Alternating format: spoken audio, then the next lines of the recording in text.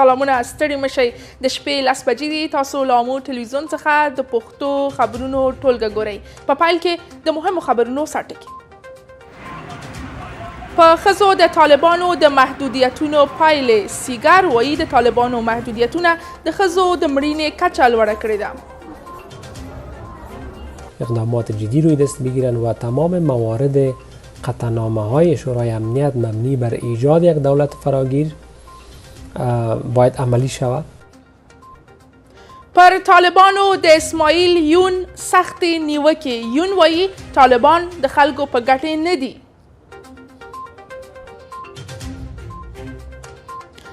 افغانستان کې بشري مرستو ته اړتیا اوچا وایي د افغانستان له نفوس 3% بشري مرستو ته اړتیا لري او د سلګونه اوکرایني ځواکونو د له منځه وړلو په اړه د روسیې د دفاع وزارت ادعا بشپړ خبرونو ته ښه راغلاست زه حسیبه ټکپاله یم سیګار په یوه تازه راپور کې ویلي چې پر ښځو د طالبانو محدودیتونه د دې باعث شوی چې د ښځو د مړینې کچه لوړه شي سیګار وایي د دې کچې د لوړېدو لوی لامل دا دی چې بشري مرستو ته او د بشري مرستو د رسولو لپاره کاري ټیم شتون نه لري بشپړ راپور یې ګورو شپږ میاشتې مخکې طالبانو په نادولتي موسسو کې د ښځو د کار کولو مخه ونیوله او همدارنګه له 2 میاشتو راهیسې د ملګرو ملتونو ښځینه کارکوونکي هم نشي کولی چې خپلو دفترونو ته ولاړ شي هغه بندیزونه چې سیګار وایي په افغانستان کې د نړیوالو مرستو د دوام مخه ډب کړې ده د سیګار په راپور کې راغلي چې طالبانو د هرې ورځې په تېرېدو سره پر ښځو د بندیزونو کړۍ نور هم تنګه کړې خو یو شمیر پخواني چارواکي په دې باور دي چې نړیواله ټولنه پر طالبانو لازم فشار نه راوړي جامعه جهانی مسئولیت بیشتر را در قبال وضعیت فعلی باید احساس بکنند اقدامات جدی روی دست بگیرند و تمام موارد قطعنامه‌های شورای امنیت مبنی بر ایجاد یک دولت فراگیر باید عملی شود په افغانستان کې د طالبانو له واکمنۍ نږدې 2 کاله تیریږي خو په دې موده کې هیڅ هیواد طالبان په رسمیت نه دی پیژندلی بشري حقوقو په تیره بیا د ښځو حقوقو ته درناوی د یو ټولګډونه حکومت جوړول او له ټولو ترهګرو ډلو سره د طالبانو د اړیکو پرې کول له طالبانو د نړیوالې ټولنې له مهمو غوښتنو څخه دي خو طالبان هم په بدل کې یو لړ غوښتنې لري طالبان په وړاندې د رسمیت پیژندنې خبره کوي د بندیزونو د تور لیست سپینولو مسله پکې راوړاندې کیږي او دغه د کنګل شوو پیسو د آزادولو بحث پکې کیږي ماته ښکاري د دې دواړو غوښتنو ترمنځ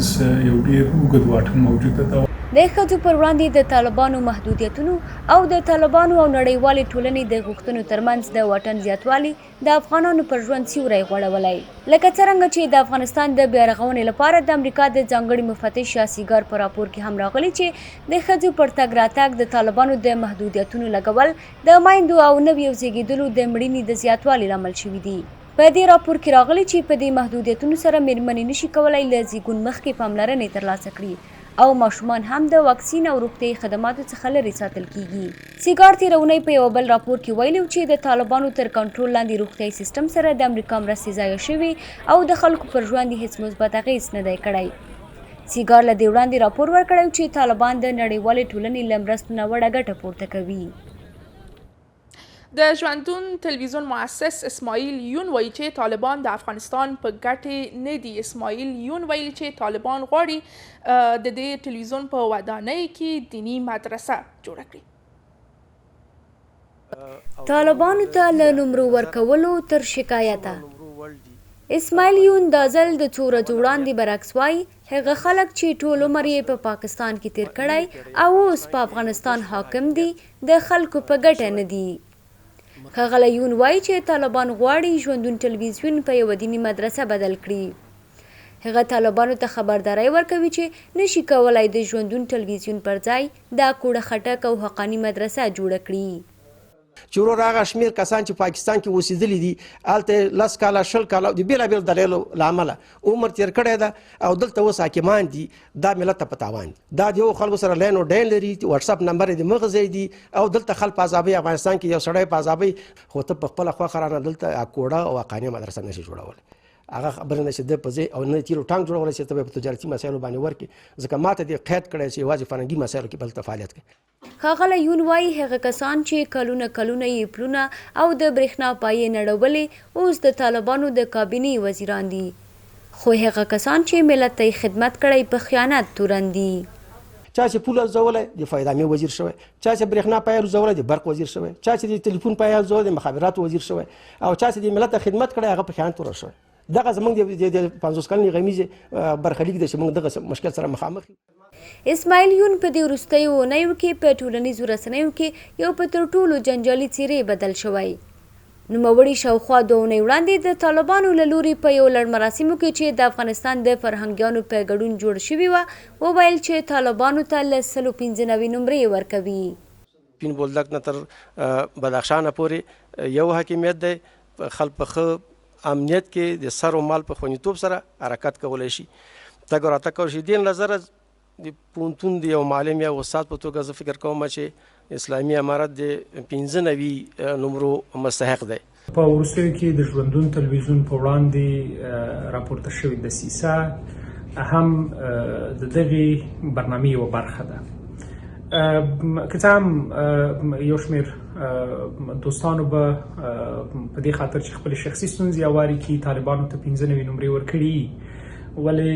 موږ تاسو ټول ولیدل چې حقیقي او اصلي موضوع څه ده. اسماعیل یون په 2010 کال ژوندون تلویزیون تاسیس کړ. د دغه تلویزیون ودانۍ په 4 جریبه ځمکه کې چې د حامد کرزي د حکومت لخوا دغه تلویزیون ته په کرایه ورکړل شوې وه جوړه شوې. ښاغلی یون د کابل پوهنتون د پښتو ژبې او ادبیاتو پوهنځي استاد دی. د جون 15 د چاپیریال ساتنې له نړیوالې ورځې سره برابره ده. په دې ورځ کې د هوا ککړتیا او د اوبو نشتون مهمې ننګونې بلل کیږي. په دې تړاو راپور لرو. د جون 15 د چاپیریال له نړیوالې ورځې سره برابره ده. له نن 45 کاله وړاندې په 1972 کال د ملګرو ملتونو سازمان د لومړي ځل لپاره په سویډن کې د انسان او چاپیریال په اړه غونډه وکړه او د چاپیریال ساتنې د پریکړه لیک په لاسلیک کولو سره یې ټول غړي هیوادونه مکلف کړل چې هوا او د چاپیریال پاکوالي ته پاملرنه وکړي. افغانستان د دې پریکړه لیک له لاسلیک کوونکو دی چې چاپیریال ساتنې ته یې کمه پاملرنه شوې ده. از روز جهانی محیط زیست یا 5 جون در حال در کشور عزیز ما افغانستان برگزار می‌گردد که ما با مشکلات بسیار جدی روبرو هستیم که اون مشکلات از قبیل که عمده‌ترین مشکلی که ما با آن مواجه شدیم کمبود آب است که آب‌های زیرزمینی در حال پایان رفتن هستند که ما مردم از هر لحاظ مشکلات جدی دارند در زمینه آب. د افغانستان په ښارونو کې د هوا ککړتیا چې په تیره په موټر او وسایطو کې د تیلو زیات مصرف، د سړکونو خرابوالی، د شنو ځایونو نشتوالی، د کانالیزاسیون سیستم او نورو اسانتیاو نشتون او په پای کې د چاپیریال ساتنې په برخه کې د خلکو بېغوري د چاپیریال ساتنې پر وړاندې اصلي ننګونې دي. د چاپیریال ساتنې د کارپوهانو په وینا دغه ننګونې د افغانستان لپاره په یوه جدي بحران بدلې شوي. آلودگی محیط زیست که ما در طول یک ماه یا در طول 15 روز میبینیم که 1 یا 2 بار اونمو چنگ و غبار و بالاخره همون بادی که از یک محیط میخزه و به محیط دیگه انتقال میکنه باعث آلودگی محیط زیست میشه. ورته مهال یو شمېر هیوادوال وایي چې چاپیریال ساتنې پر وړاندې د ننګونو له ډلې د هوا ککړتیا په پراخه توګه د ونو پرې کول، د مسؤلینو لخوا د ځمکې لاندې اوبو نه کنټرول په هیواد کې د چاپیریال د خرابېدو او د پاکو اوبو د کمښت لامل شوي دي. منابع طبیعی و همچنان ذخایر آبی و منابعی که انسان ها زیست میکنن در سطح ملل و دنیا رو به کاهش است و آبهای شیرینی که برای استفاده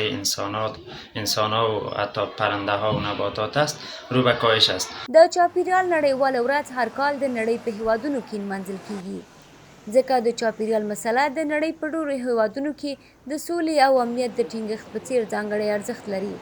او د سږ کال د چاپیریال ساتنې نړیوالې ورځې شعار د پلاستیک د ککړتیا د له منځه وړلو لپاره د حل لارې لټول دي. خو په افغانستان کې دا ورځ په داسې حال کې نمانځل کیږي چې د تیرو او اوسنیو حکومتونو لخوا د هوا او چاپیریال ککړتیا د مخنیوي او مبارزې لپاره هیڅ ډول اساسي اقدامات نه دي شوي. یو شمېر سوداګرو او صنعتکارانو د ګران بیه ډبرو ګاڼو جوړولو او لاسي صنایعو د کاروبار د سوړتیا او له منځه تللو په اړه اندېښنه څرګنده کړې ده. په کابل کې د ګاڼو، ګران بیه او نیمه قیمتي ډبرو د پیر او پلور مرکز چې د انتیک فروشۍ په کوڅه شهرت لري اوس کمرنګه او خاموشه شوی دی. یو شمېر سوداګرو او صنعتکارانو د ګران بیه ډبرو ګاڼو جوړولو او لاسي صنایعو د کاروبار د ځوړتیا او له منځه تللو په اړه اندېښنه څرګنده کړې ده. په کابل کې د ګاڼو، ګران بیه او نیمه قیمتي ډبرو د پیر پلور مرکز چې د انتیک فروشۍ په کوڅه شهرت لري. دا بازار چې په وروستیو کلونو کې په کابل کې له ګڼې ګوڼې او پیرودونکو ډک و، له نږدې 2 کلونو راهیسې په چوپ بازار بدل شوی دی.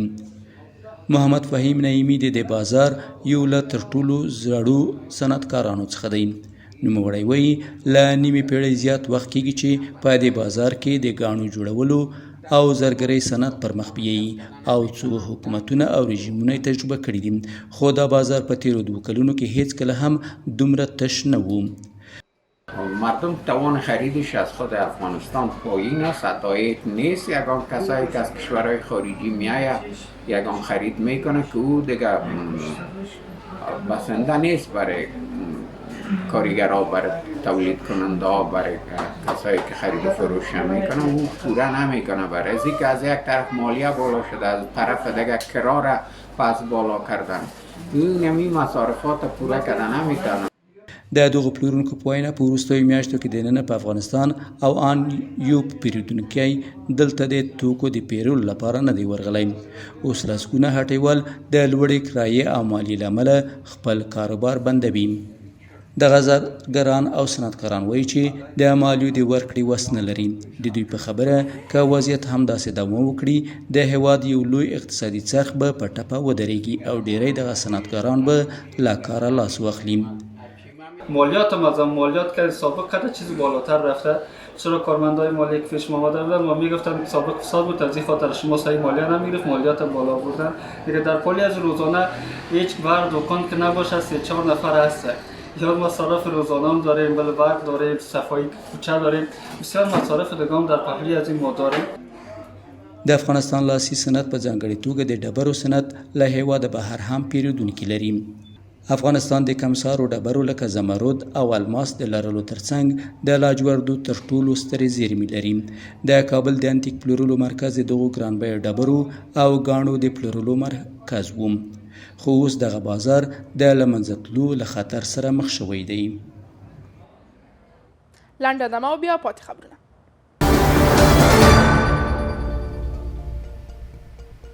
او د اقتصاد په نړۍ کې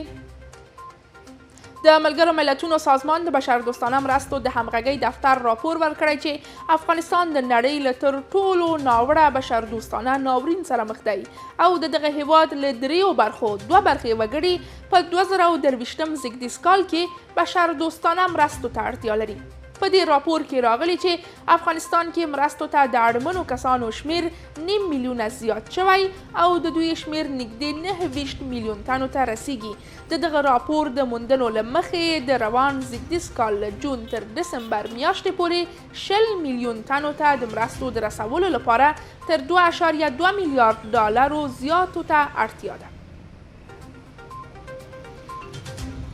یو چینی پانګونکي د طالبانو د کانونو او پترولیم وزارت له سرپرست سره په لیدنه کې د افغانستان د شوکانو د کانونو په برخه کې د پانګونې غوښتنه کړې ده. د طالبانو د کانونو او پترولیم وزارت پر خپله ټویټر پاڼه لیکلي چې شهاب الدین دلاور په دې برخه کې چینی پانګونکي ته د همکارۍ ژمنه ورکړې ده. تېره ورځ د چینایي پانګونکو یوې ډلې د طالبانو د اوبو او انرژۍ وزارت له سرپرست سره په لیدنه کې له ډبرو سکرو د انرژۍ د تولید په برخه کې پانګونې ته لیوالتیا څرګنده کړه. د طالبانو د اورګاډي پټلۍ ادارې خپل یو شمېر کارکوونکي د تخنیکي روزنو لپاره ایران ته ولیږل. دغه ادارې پر خپله ټویټر پاڼه لیکلي چې د کارکوونکي به له زده کړو وروسته د هرات خاف د اورګاډي پټلۍ په برخه کې وګمارل شي. د خاف هرات اورګاډي پټلۍ افغانستان له ایران سره نښلوي او موده مخکې یوې ازمایښتي جوپه له دې لارې هیواد ته راورسېده. دا د دې مهال خبرونه له ملتیا مو مننه. له تاسو غواړو چې تل دا مو د خبرونو سربیره نور خپرونې هم وګورئ او لیدونکي پاتې سئ. ښه شپه.